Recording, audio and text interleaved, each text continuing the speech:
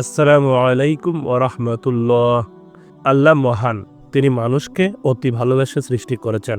বান্দাকে ক্ষমা করে দিতে তিনি কত উপলক্ষই না অবলম্বন করেন। বান্দাকে গুনাহ থেকে মুক্ত রাখতে হাদিসে অনেক উৎসাহমূলক নসিহত ও সুযোগ পেশ করেছেন প্রিয় নবী সাল্লাল্লাহু আলাইহি ওয়াসাল্লাম। কোনো বান্দা যদি গুনাহের সংকল্প করে, তা করার আগ পর্যন্ত সেই গুনাহ লেখা হয় না। সুবহানাল্লাহ।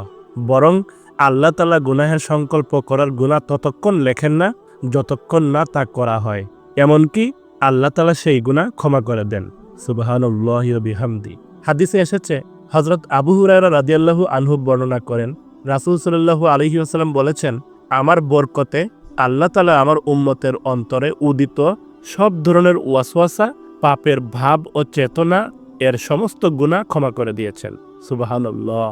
যতক্ষণ পর্যন্ত না সে তা কাজে পরিণত করে কিংবা মুখে বলে। হাদিসটি এসেছে সহিহ বুখারীতে। হাদিসের ঘোষণা, বান্দার আল্লাহর মহা অনুগ্রহ যে তিনি মনের ওয়াসওয়াসা বা সংকল্পের গুনাহ ক্ষমা করে দেন, যদি সে তা কাজে বাস্তবায়ন না করে।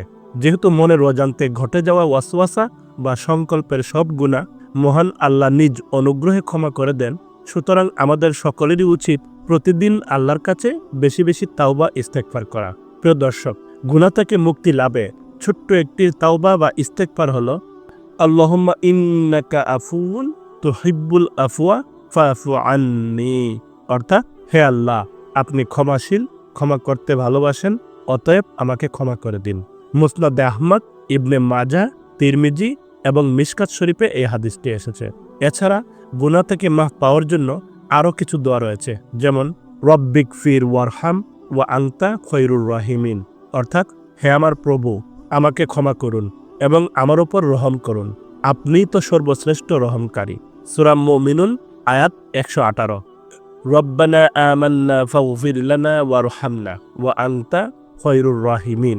অর্থাৎ, হে আমাদের পালনকর্তা, আমরা বিশ্বাস স্থাপন করেছি, অতএব তুমি আমাদেরকে ক্ষমা করো ও আমাদের প্রতি রহম করো, তুমি তো দয়ালুদের মধ্যে শ্রেষ্ঠ দয়ালু। সূরা মুমিনুন আয়াত 109। রব্বি ইন্নী যালামতু নাফসি ফাগফিরলি। অর্থাৎ, হে আমার প্রভু, নিশ্চয়ই আমি নিজের উপর জুলুম করে ফেলেছি, অতএব আপনি আমাকে ক্ষমা করুন। সূরা কাসাস আয়াত 16।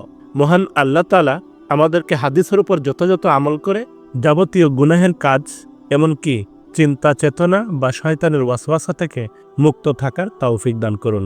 নিজেদের আমলকে সুন্দর করতে, গুনাহমুক্ত জীবন গড়তে বেশি বেশি তাওবা ইস্তেগফার ও ক্ষমা প্রার্থনার জীবন গড়ার তৌফিক দান করুন। আসুন, এই ছোট্ট ছোট্ট এই দোয়াগুলো দ্বারা মহান আল্লাহ তাআলার কাছে আমরা নিয়মিত তাওবা ইস্তেগফার করি। মহান আল্লাহ তাআলা আমাদের সবাইকে সেই তৌফিক দান করুন। আমিন।